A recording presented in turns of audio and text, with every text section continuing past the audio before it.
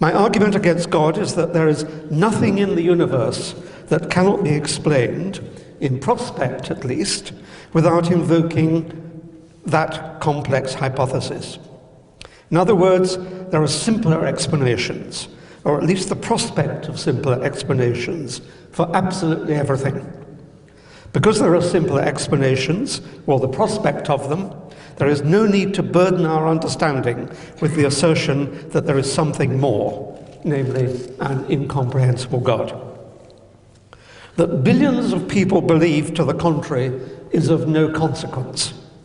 Truth is not arrived at by majority vote.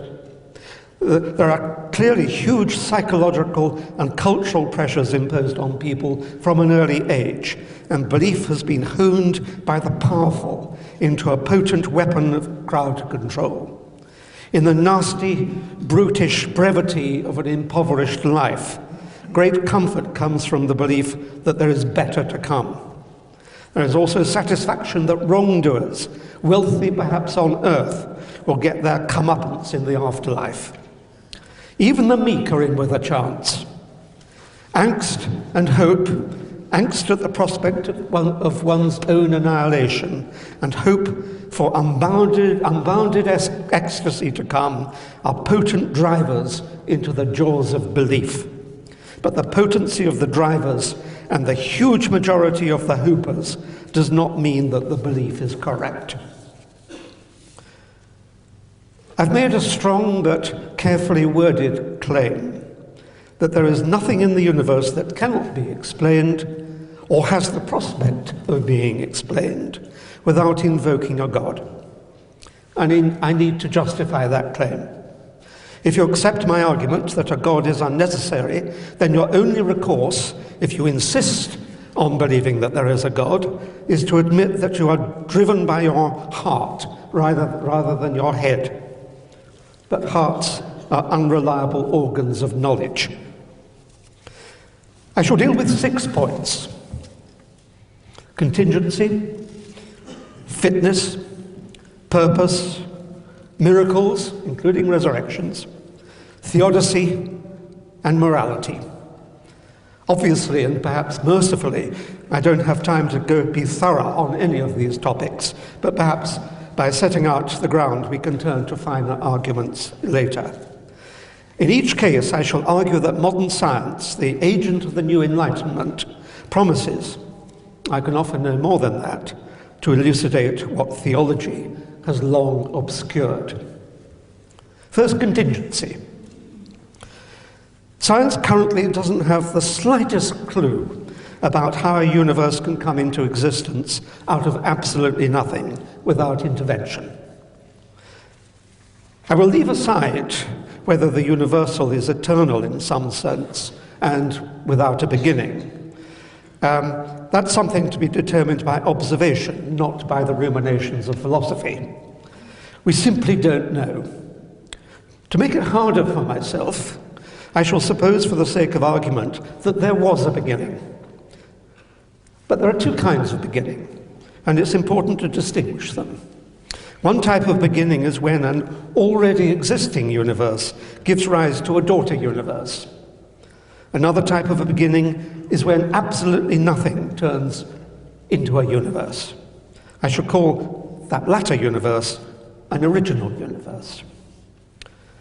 Now, as you've just heard, some assert that a universe can spring from a quantum fluctuation.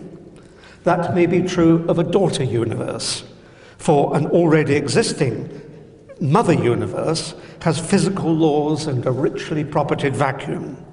But when there is absolutely nothing, there are no physical laws, no quantum fluctuation. It's an empty term for the emergence of an original universe. And to make things harder for myself, but with an eye on trying to answer and not evade a deeply important question, I shall set aside the simpler problem of a daughter universe and consider the formation of an original universe. Did that original universe, although perhaps contingent, have to be caused? You have to realize that physical laws, which are summaries of observed behavior, come into existence as a universe comes into existence. That includes issues of causality. It is naive in the extreme to extrapolate our own experience of causality, which is essentially the working out of the consequences of physical laws, to an era before those laws existed. It is entirely possible that the unique event that marked the inception of the physical laws was itself an uncaused event. And what science has to do, in due course, is to discover how absolutely nothing can tumble into being and become apparently something. Is there any reason to believe that it might succeed? There's no doubt that it's actually edging towards that goal by burrowing back in time to discover that there was what there was immediately after the creation event. Look how far it has come in the past 100 years. We are starting to be confident about what first appeared, and we are certainly becoming aware of what needs to be known, such as refinements and perhaps replacements of general relativity and quantum theory. Once we know the nature of the newly formed universe, we can begin to speculate, as some actually already have, about the nature of the events that has given us the impression that there is something here in place of absolutely nothing.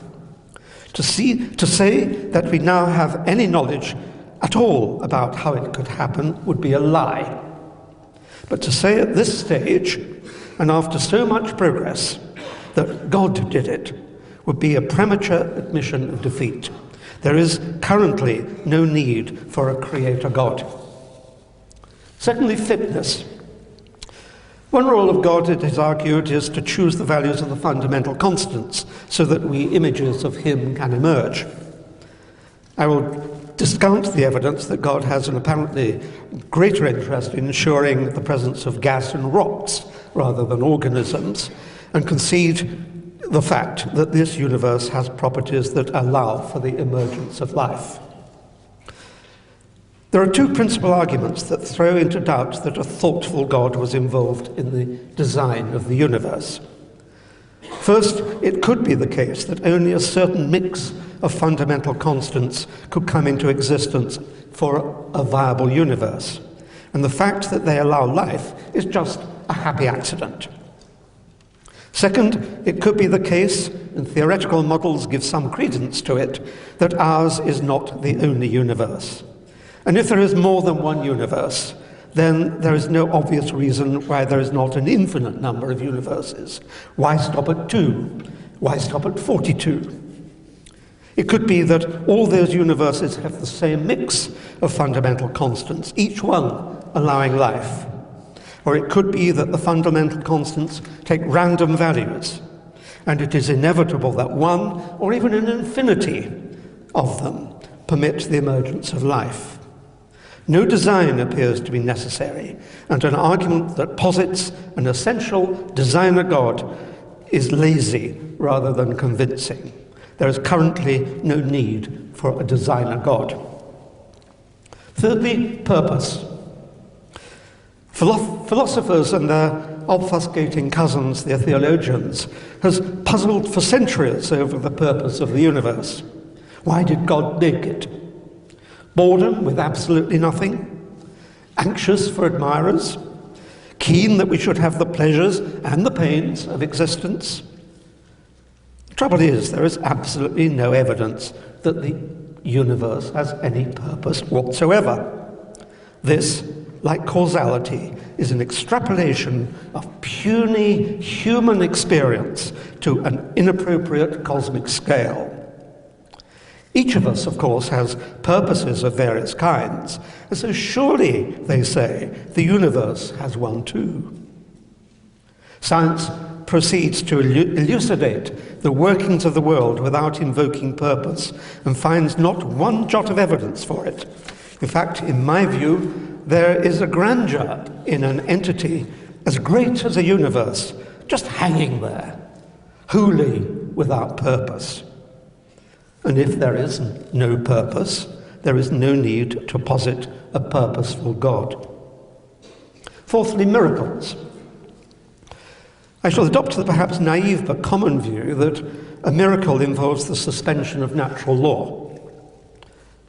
Miracles of that kind have never, ever been observed. There is not one atom of reliable evidence that God has ever intervened in the world to suspend his laws.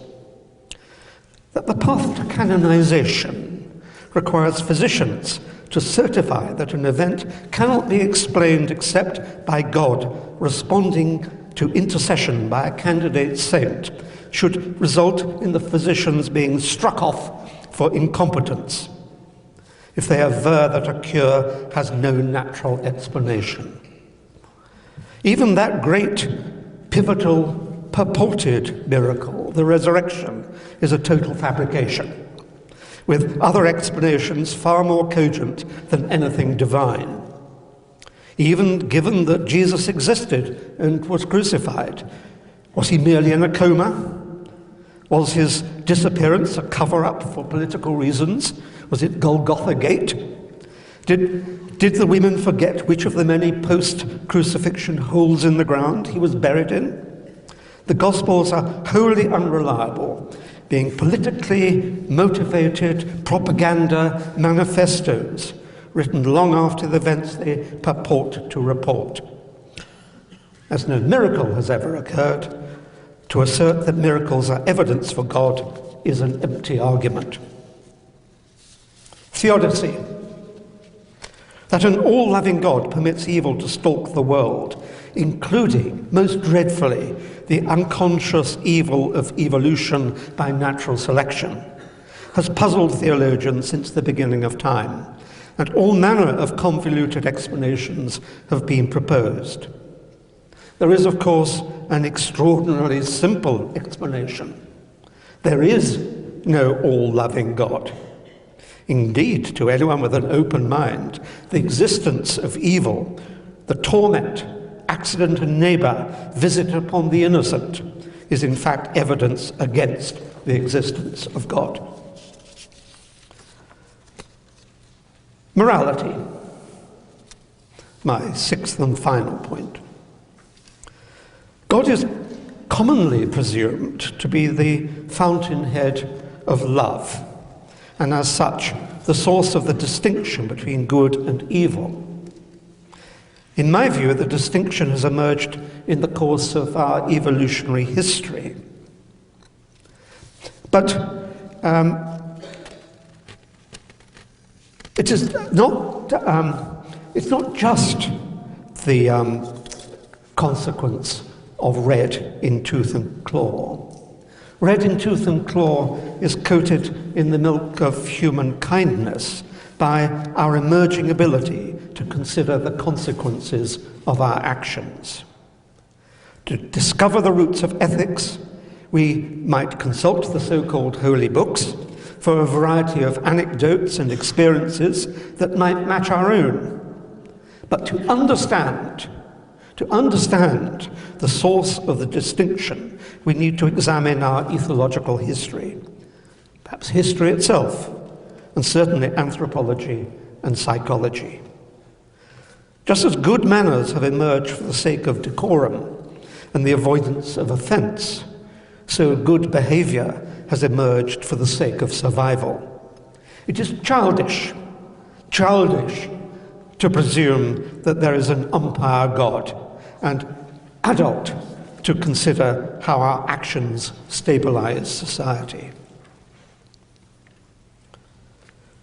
I've considered some of the arguments that purport to establish the existence of God and have shown that they carry little force. In every case, there is a more cogent, or at least greater the likelihood of discovering a more cogent explanation.